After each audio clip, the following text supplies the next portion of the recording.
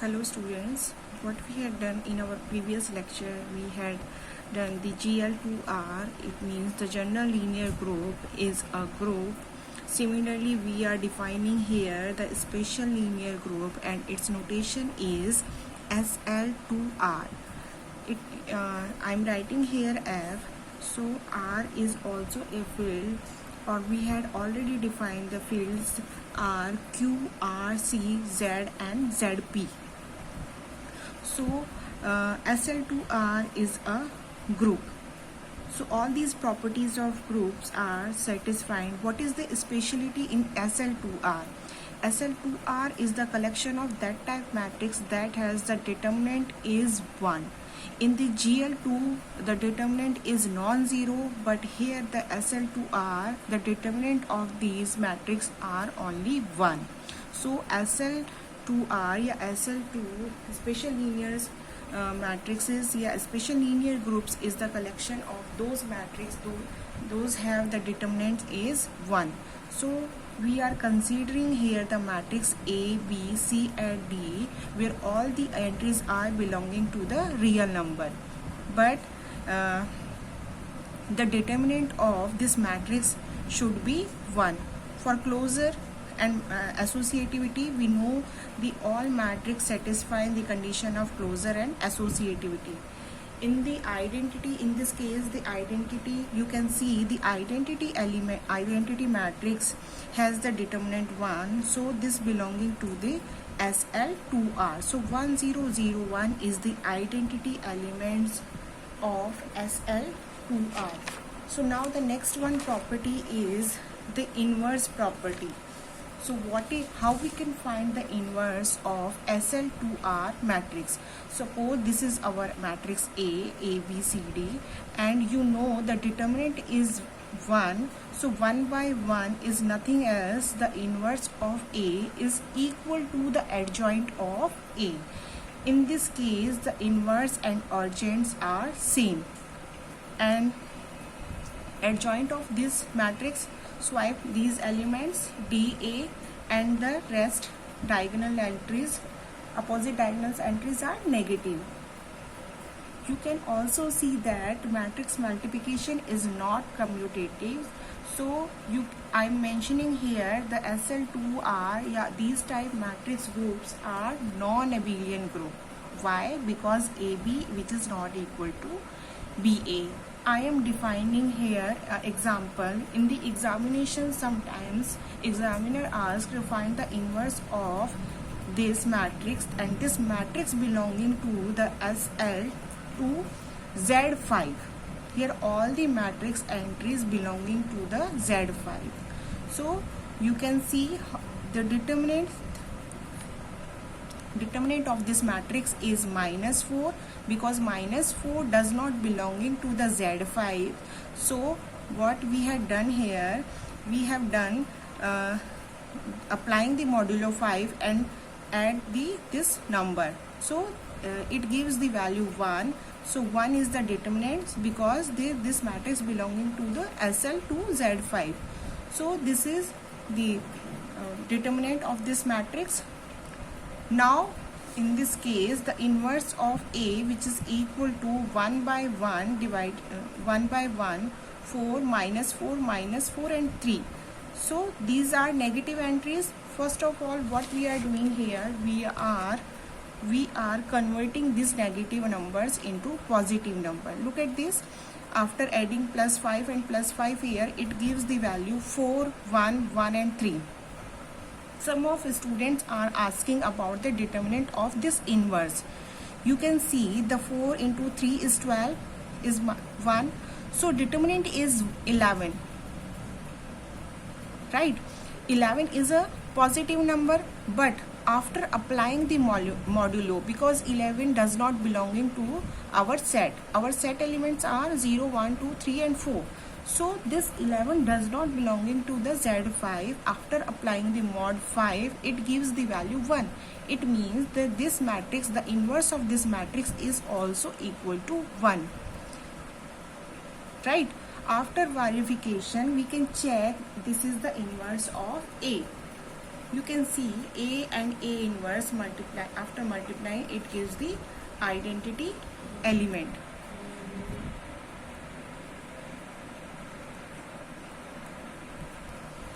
Now the next example is finding the inverse of general linear group where the matrix is 4, 5, 6, 3 and entries are belonging to the Z7.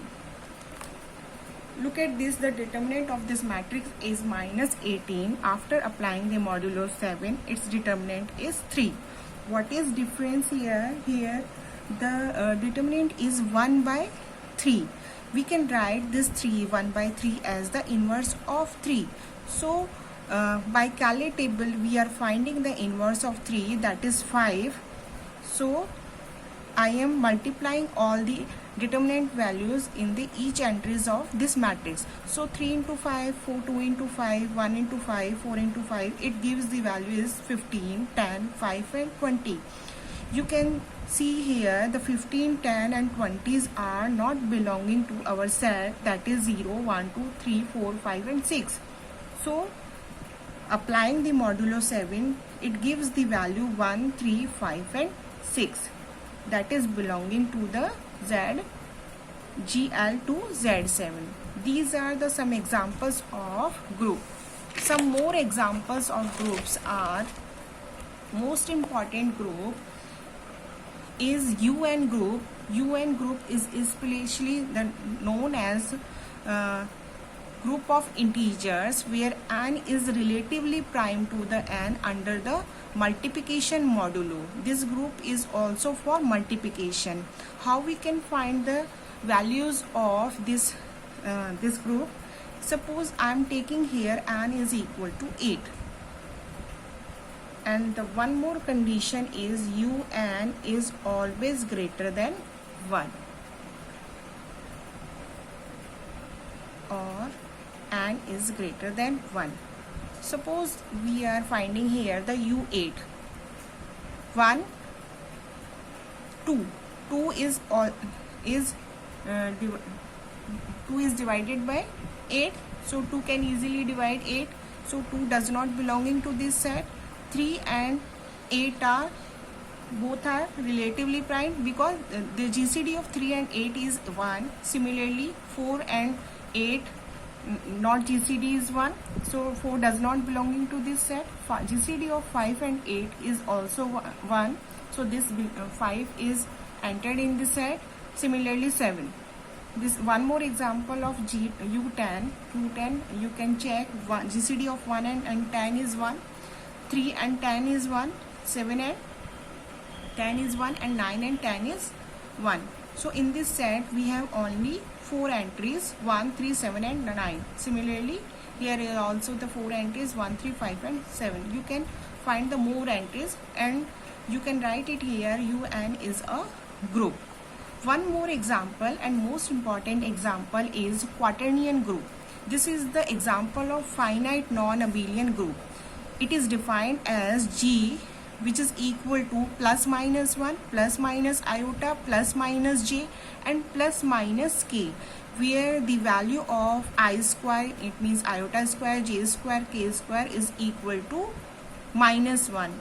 And you can also say that I, j and k both are similar as iota.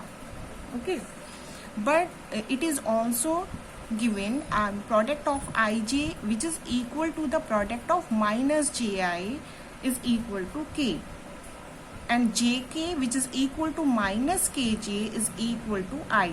It means the value of jk is also I and k minus of kj equal to I. Similarly ki or minus kj, the rotation is this I, j, k.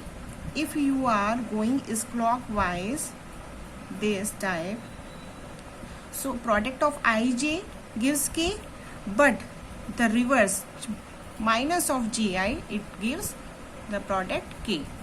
So you can write it here. This is the non-abelian group of order 8 with the operation multiplication. Here 1 is the identity element and the inverse of 1 I, j and k are the 1 minus I minus j and minus k. And one more condition you can note that the ij which is not equal to ji. Why? Because the value of ij and minus ji both are equal k. But here minus is missing. So this is our non-abelian group. Some properties of groups are, one more important property is uniqueness of the identity elements.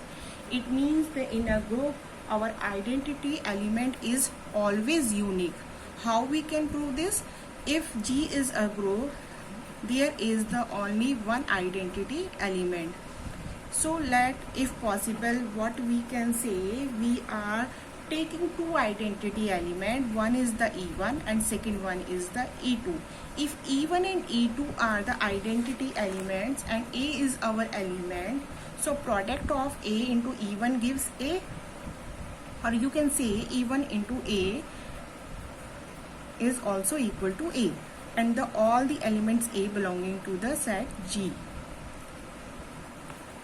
Now A dot E2, similarly, if E2 is the identity and A is the element of G, so A dot E2 which is equal to A and E2 dot A which is equal to also A, for all A belongs to G.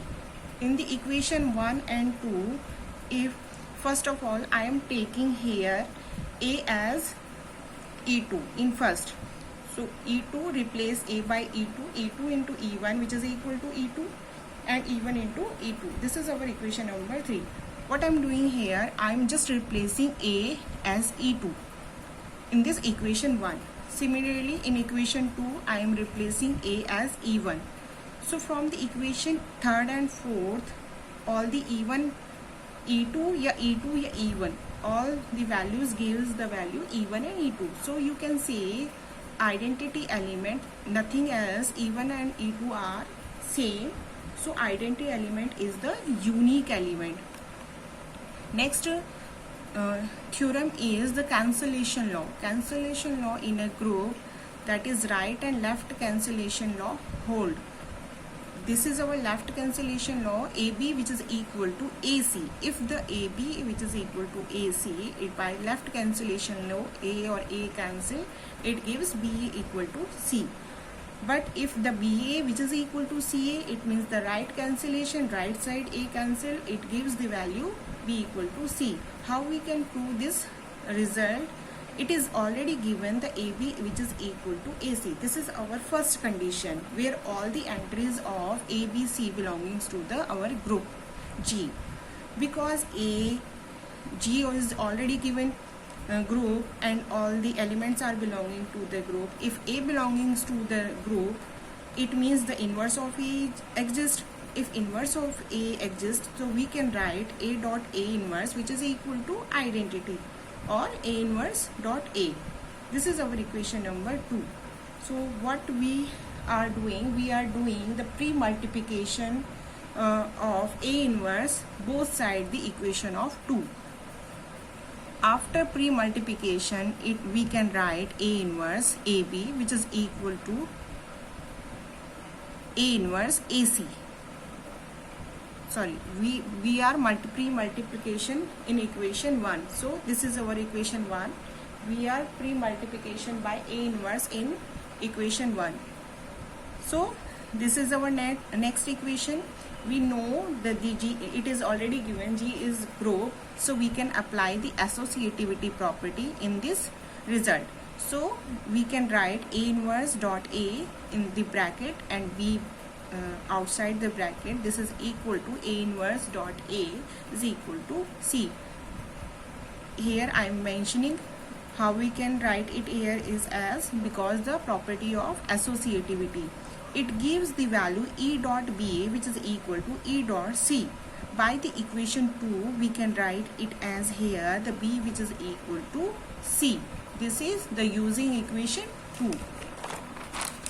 Now since E is the identity element, so we can say E dot B which is equal to B and E dot C which is equal to C.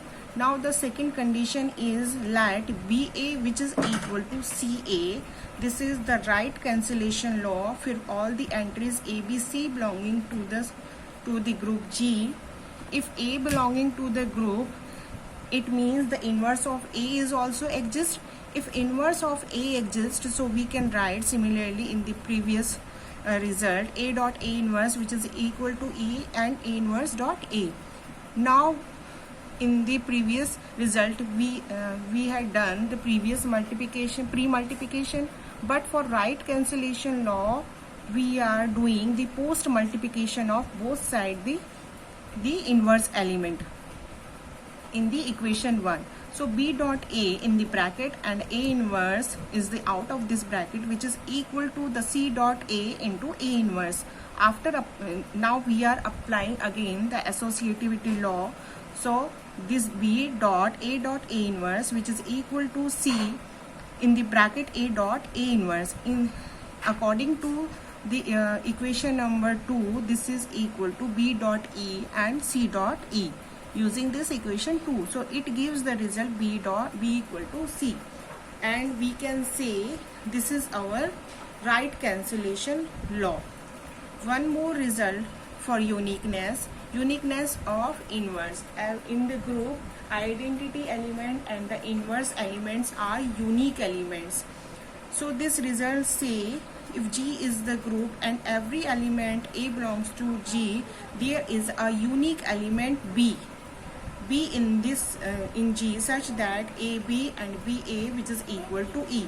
Let if possible A belongs to G has two inverse element, that is B and C in G. If B and C are the inverse element of A, so we can write it here AB which is equal to E and this is equal to BA. So this is AC which is equal to E and CA. This is our equation number 2.